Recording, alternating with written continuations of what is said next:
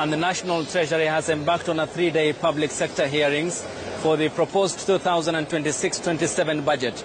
This is a key step in the budget-making process, with the Treasury projecting a 5.3% economic growth rate in the coming financial year. According to the Treasury CS John Mbadi, the government remains vigilant to domestic shocks at a time when the International Monetary Fund, the IMF, remains bearish over the global economic outlook. Here's Jimmy Mbogo with that report.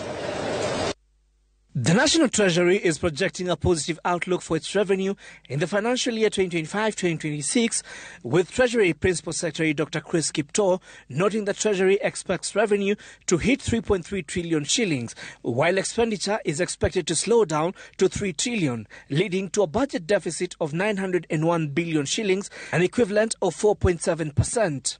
His sentiments coming on the backdrop of slow revenue collection in the first quarter of the current financial year. Treasury, however, remains bullish that in the next financial year, revenue performance will improve.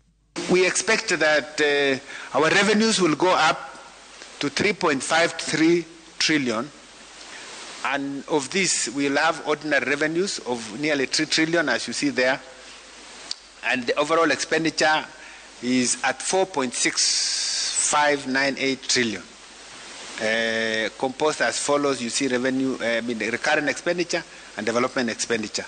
So we expect a deficit of 4.9 by end of the year. Treasury Cabinet Secretary John Mbadi, however, raised concerns over the shrinking ability to finance infrastructure using domestic resources, which he noted has shrunk from 20% a decade ago to just 9% today, with half of ordinary revenue being consumed by debt repayment and interests. And if we are not careful, it is trending towards zero, meaning for us to develop as a country, for us to have roads, for us to have airport, for us to have water to drink, for us to have energy, we will have to go to other nationalities to get money from them, which come with costs. That is not the way to run a country.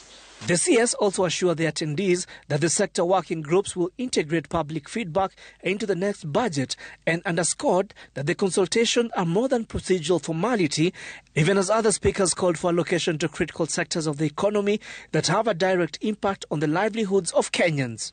If there are challenges in the funding of universal health care, I think this is the forum we have to ensure that we avail enough resources for universal health care.